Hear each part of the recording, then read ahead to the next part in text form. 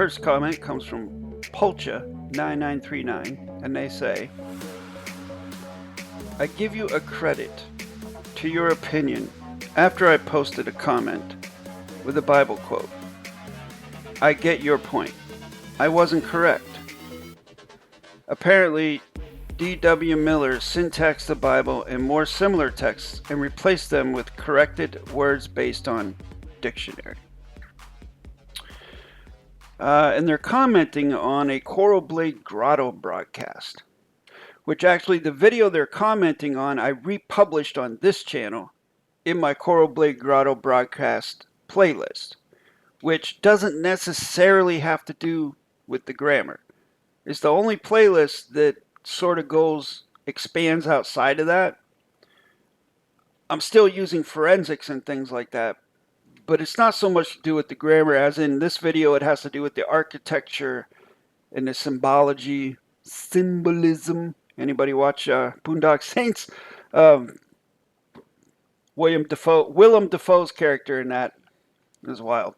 Anyways, it has to do with symbolism and anyways, and they chose to comment on here because on a different video they did comment something having to do, they were quoting like Bible quotes, like 2 or 3 Bible quotes in a row, and I'm telling them that this is not the place for that, especially not under a grammar video or associated grammar video. If you're familiar with me and the way I do things, the Bible is not high on my list of books. Let's put it that way. So, they say they weren't correct. That is correct. They were not correct. They were not along the same line as I was on in this context. So then they say, David-WYNN Miller syntaxed the Bible. Yes, I have heard that claim come out of David-WYNN Miller's own mouth. As to the capacity to certify that claim, I don't have that. As to using logic, common sense, just plain critical thinking, I would have to say that's, in my humble viewpoint, probably not true. Okay, because can any one of you right now translate an adverb, verb, adjective, pronoun, fiction, babble sentence into correct sentence structure? Now, can you literally translate thousands and thousands of those sentences into correct sentence structure? How much time would that take? Not only that, he also claimed to translate The Secret Teachings of All Ages by Manly P. Hall into correct sentence structure. So, knowing what I know and doing what I've done for the past 9+ years, I find that hard to believe. Another one from Pulcha, they say, hats off to you for all the efforts so far and continuing furthermore. You already a master, and I learned from the videos you put out there. I eat the mini classes on daily and slowly making progress because you care. Big credit for broadcasting. I think you are one of the most sane folks I've come across. Enough respect. Well, thank you very much for that. 2 thumbs up for that comment. I really appreciate it. I really do.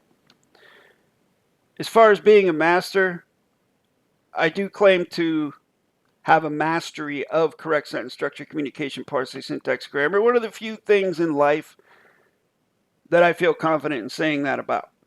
And I will publicly say that because I can back it up with the 1,300, i.e. 1.3 thousand videos on this channel.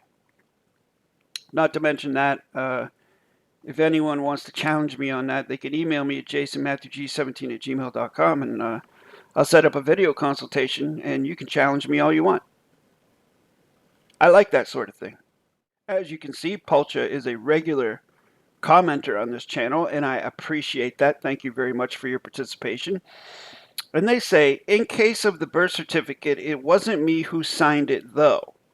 I couldn't sign or comprehend the meaning of the words at that point. He who seeks equity must do equity. Evil be to him who evil thinks. Do unto others as you would have done to you. Only a Sith thinks in absolutes. Speaks in absolutes, sorry. Yeah, I mean, I've been over this subject many times in the past, over the past, since I've been on this YouTube channel. I actually have a video where I track the barcode of my own personal birth certificate, and I say my own in the fiction babble sense of the term because the birth certificate has nothing to do with me personally. It's just a bond document, a bill of lading that was created without my consent or knowledge at the time. So therefore, it has nothing to do with me in the sense of me personally right now as I exist in this continuum. It's implied, though, in the fiction system. And again, it's just like religion, folks. It's just like the whole monotheism thing.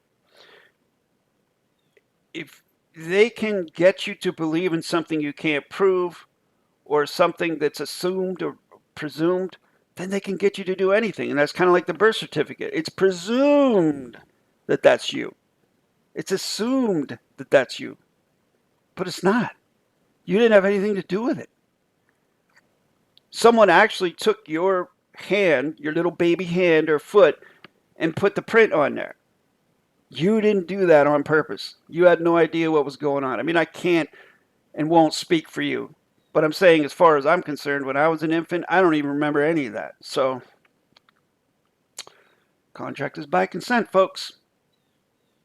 And I can't think of one baby who consented to a birth certificate or circumcision. I know Pulcha is on here trying to learn the grammar, and although they're not taking workshops from me, I know they're here trying to learn it from the channel, so I'd like to help them when I have the now space to do so. And so let's take a look at their sentence. They take a try at correct sentence structure. Now, since they started, they've made vast improvements. Thumbs up to that. They're improving a lot. So let's take a look at where they're at now. They say, for the Jason's-knowledge of the facts is with the sensation of the gratitude with the statement by this claimant, comma, Paul, full stop. So the cause of the sentence is Jason's-knowledge. What's Jason's-knowledge concerned with? The facts. How does Paul know that? Is Paul trying to make a claim for me? I'm not sure. It's kind of muddy. So we have singular verb of the thinking is because Jason's-knowledge is a singular fact in the cause position. Plurality or singularity of the verb is completely contingent upon the plurality or singularity of the fact in the cause position of the sentence. So then the possessive with the sensation is possessing the facts. And what's the sensation concerned with? The gratitude. But what sensation is it? Is it Jason's knowledge of the sensation? Whose sensation? Who is possessing the sensation? The facts are possessing the sensation, and the facts are caused by Jason's knowledge. So this continues to the evidence kind of tells me that sensation is somehow connected to Jason's knowledge.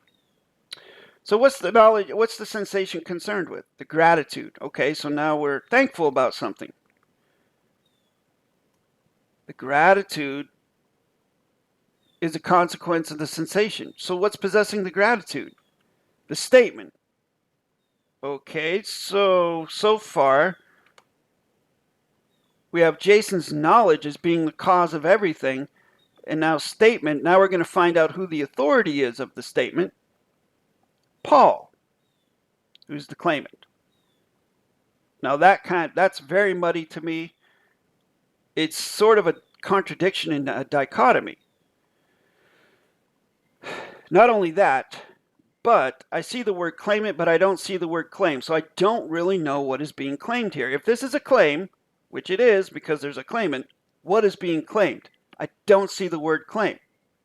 Is it a claim of facts? Is it a claim of sensation? Is it a claim of gratitude? Is it the claim of a statement? We don't know because the author, the authority, did not put that in there, did not give us that information. So let's see if we can make sense of this going backwards. So going backwards, the cause now is the claimant Paul. Now it's changed. Now it's different. What is the claimant concerned with? This statement. Okay, singular verb is because claimant Paul is singular. What's possessing the statement? The gratitude. Okay, so now going backwards, the flavor of the gratitude in the statement comes from the claimant Paul. Just catch my drift? Now Paul is the cause. So what is the gratitude concerned with? Or what is a consequence of the gratitude? The sensation. Okay. So that also comes from the cause Paul. So it's Paul's sensation now going backwards. What is possessing the sensation? The facts. All right. And who is the authority of these facts? Jason's knowledge. Interesting. So now the authority is Jason's knowledge. So you see what I'm saying here? Now that's muddy. Now I know what they're trying to say. But in a correct sentence structure, you would have to word it so that you are the complete authority. You are the cause and you are the authority.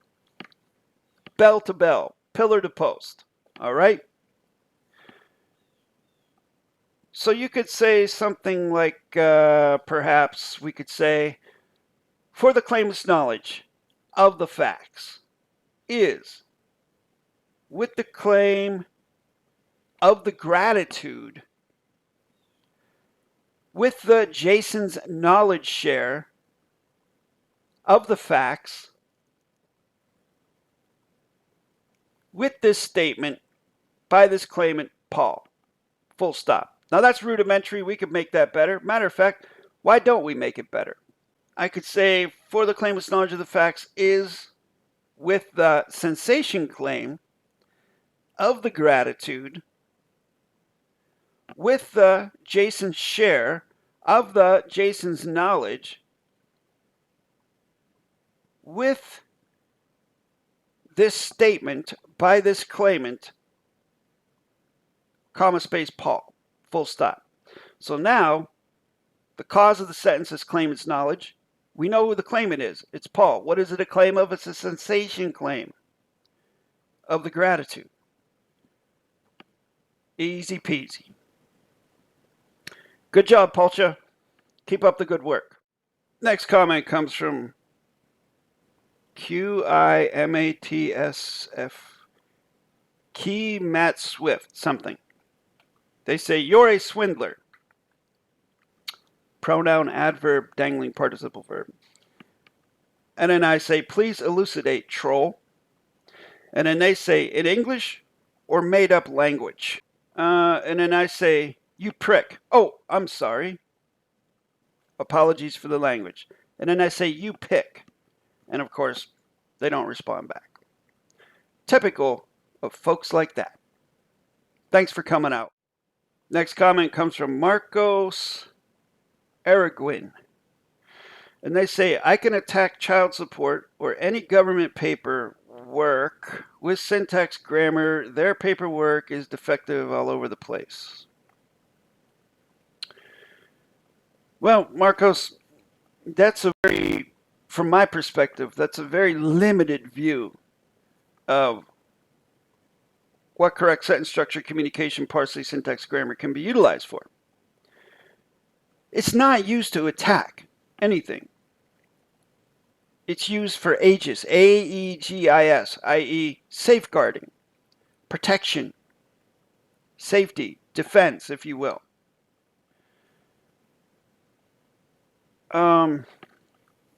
It stops trespass, okay?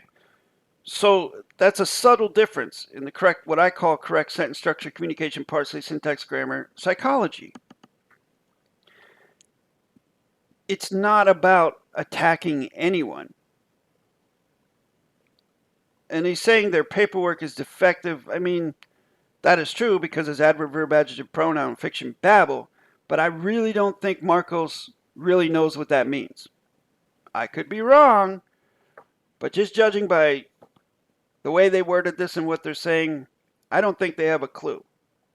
So Marcos, if I could offer a word of advice or suggestion for educational and entertainment purposes only, as this is a grammar channel and I am a grammar tutor, I would highly recommend not using quantum grammar until you have closure on it.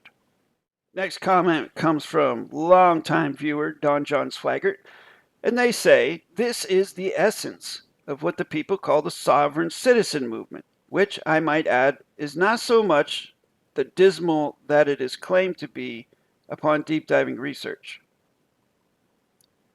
The dismal. I've never heard it called that.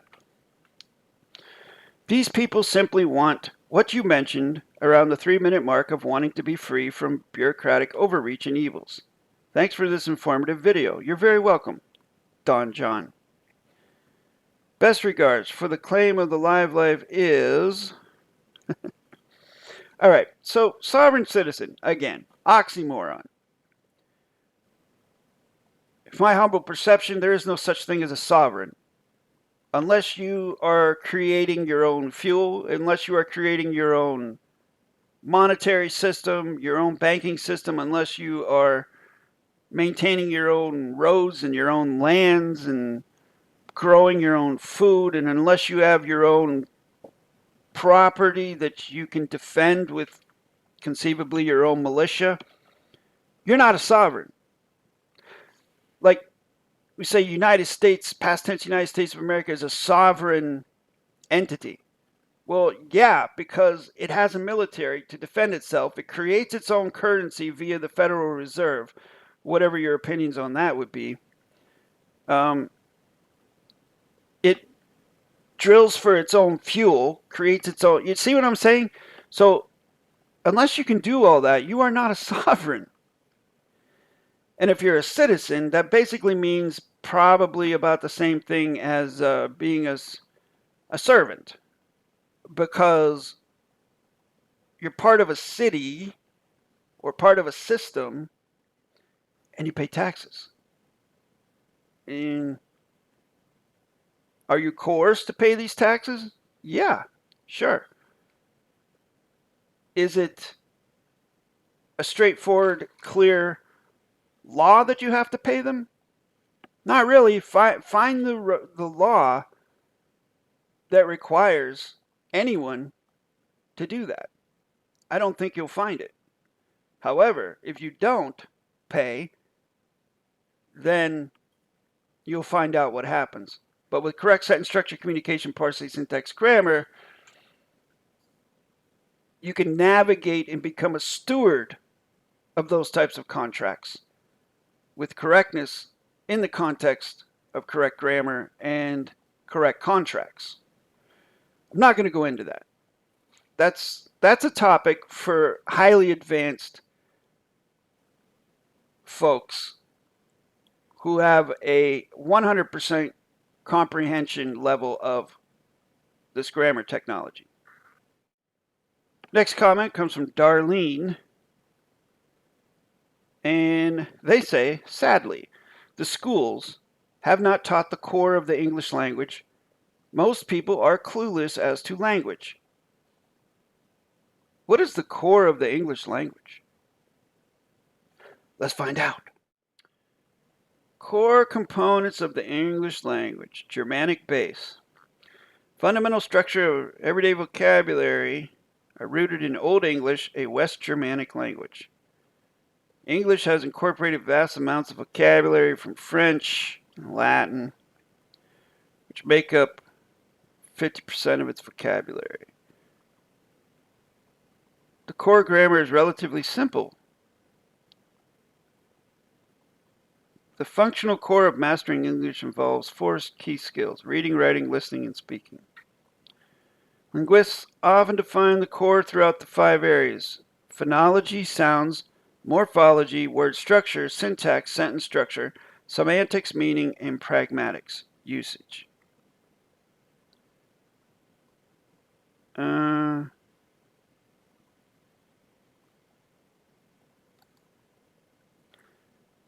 Latin and the Romance languages are thus the source for a majority of its lexicon taken as a whole. English's grammar and phonology remain Germanic. German is taught in schools, and you can take classes on Old English. But as far as the core of the English language not being taught in schools, I'd have to disagree with that, because adverb, verb, adjective, pronoun, fiction, babble, English is taught in schools. The language of business and contracts and life in an English-speaking country is deplorable. The youth are at a huge disadvantage and are easily misled. Super Bowl proves this. Wow, we went from the core of the English language to the Super Bowl. The public barely knows English, let alone a second language. Sad state of affairs. I agree. I completely 100% agree with Darlene here. I feel like they may actually be a teacher of some sort. I could be wrong. But it's true. In the past tense United States of America, how many folks know more than one language? They barely know one language. You can look at any comments field of any social media site and you can see that people, you can see how plain, simple English has degenerated into a morass of a mockery of what it used to be. The public has been dumbed down. This is part of the grand plan. Okay, well, whose grand plan is that? Do you have an author of this grand plan? Because if you know, I would like to know also. Please share. Thank you for the comment. Next comment comes from my buddy, Tony Montana. And they say, life is full of crossroads and choices. Lovely until we realize we didn't write a choice-picking handbook. We uttered sounds at each other and our body language, showed submission or attempts of domination. Our optic nerve created the telomere, and a mutual trust was formed or forbidden in our mind by those things alone. To sum it up, maybe, from my perception, I feel like what my buddy Tony is trying to say is that it's in the eyes, Chico. They never lie. Or everything is contract and contract is by consent. Period. End of story. Next comment comes from Sean. Oh, I'm sorry.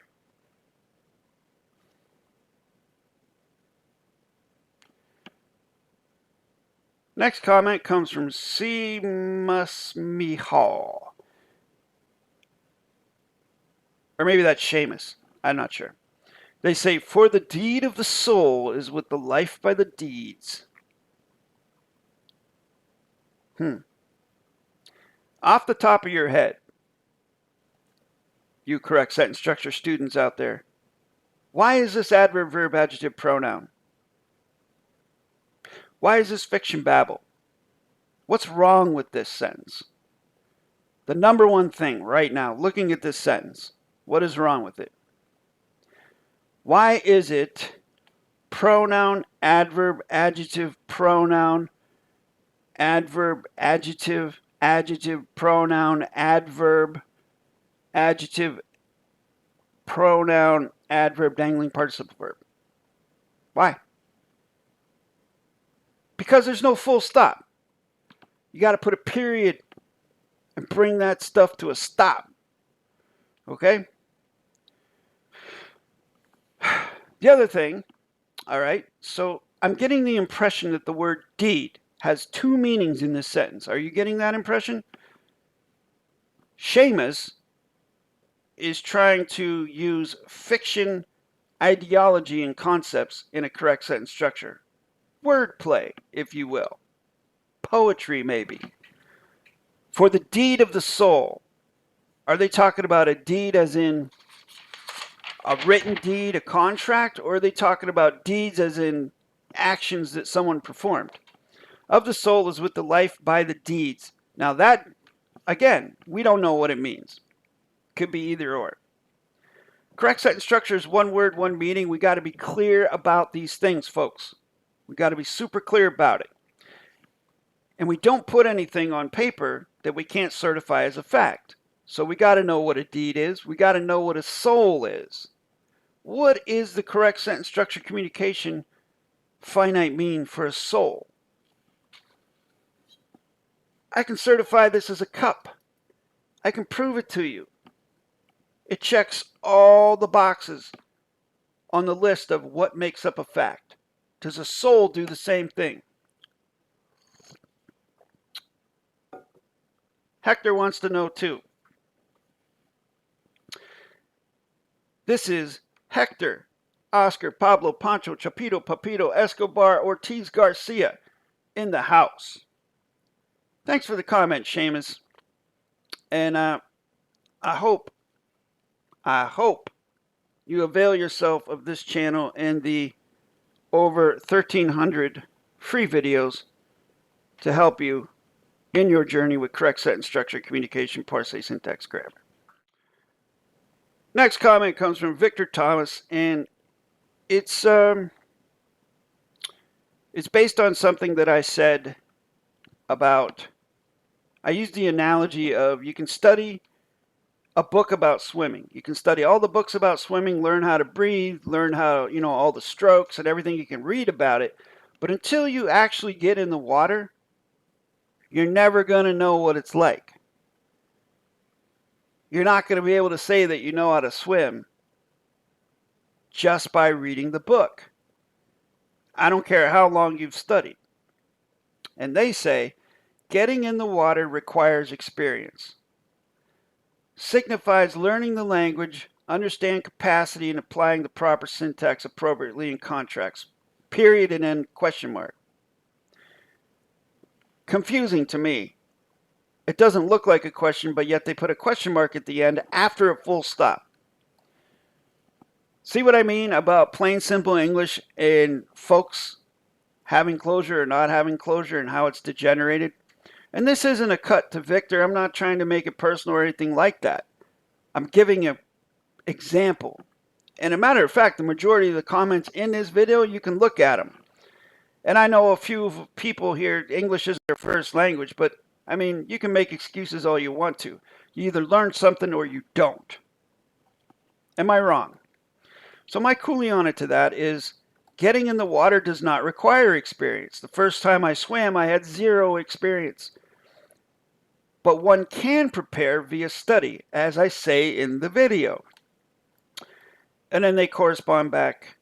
The legal map, jurisdictional property or operation of law, just can't invoke metaphor, parable, and allegory because people are so easily stuck in their own dementia, depending on their conclusion of the evidence. You can't just invoke metaphor, parable, and an allegory. Why not? Those are teaching tools. So I'm not sure what they're getting at here, and so my cooley-on-it is, you're talking about the fiction legal system. I'm talking about correct sentence structure, communication, parse, syntax, grammar, two entirely different jurisdictions. Do you have closure on the grammar? And they say, can they understand each other equally or possibly in contracts, in closure? I can choose to learn by the virtue of the instrumental capability of the instrument. Learning is capability. What is CCSH, etc. email? What in the blue hell is Victor talking about CCSH?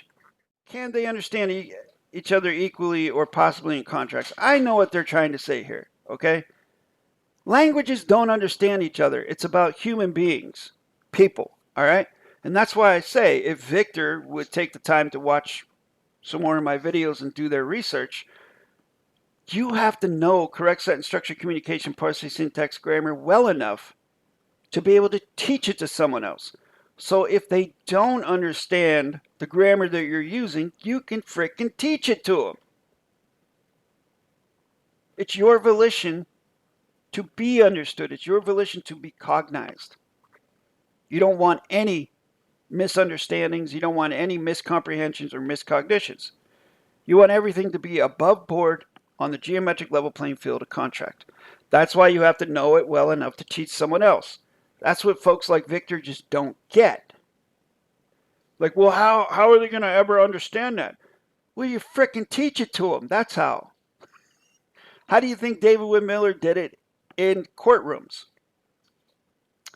He would put on seminars. I mean, according to what he told me anyways. He would literally put on a 3 to 4 hour seminar in a courtroom to teach this. So then they say CSSC-PSG is a system of structuring a language. What is its main function or purpose? Okay, that's a very good question. It's a very good question. I had to think about this actually, because we're in a comments field. I know I've done videos explaining this, but I know this guy hasn't done his research. And so I'm going to try and sum it up to the best of my ability, taking into account that this person knows nothing about this grammar. And so I say, the main purpose is to create and maintain a geometric field and level plane of contract communication with zero modification, where there is only one meaning per term and complete closure is given. It also includes a mathematical interface similar to 1 plus 2 equals 3, 3 minus 2 equals 1.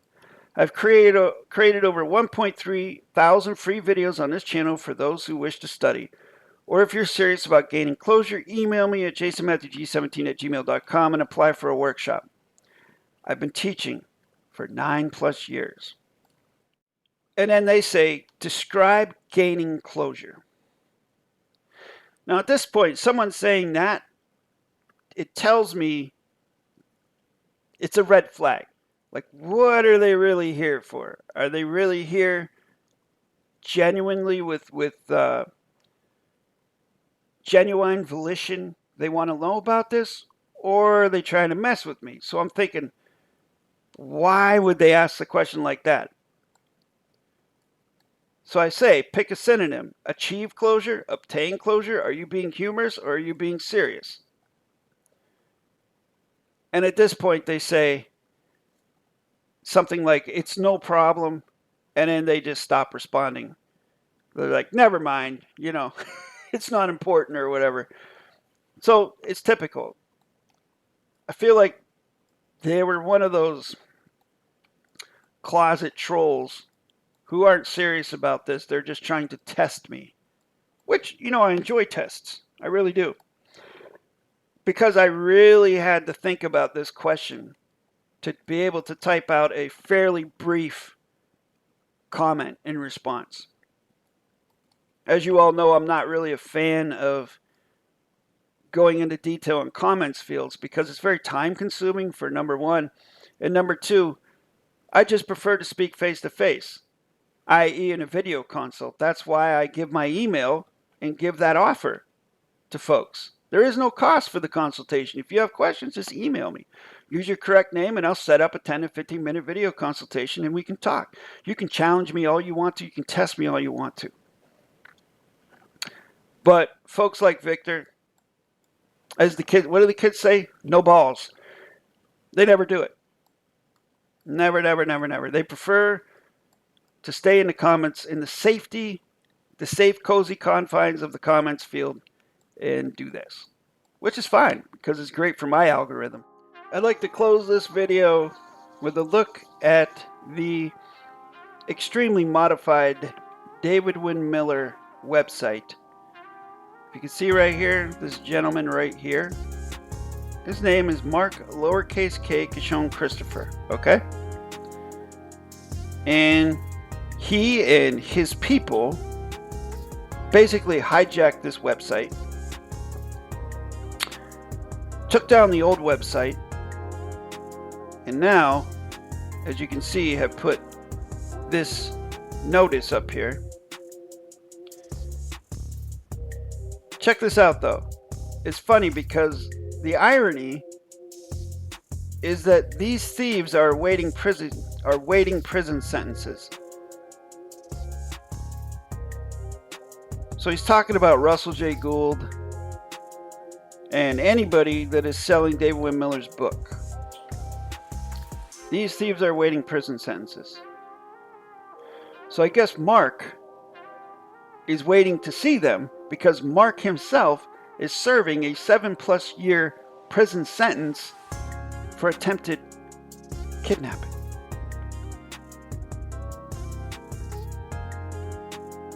Que sera, sera.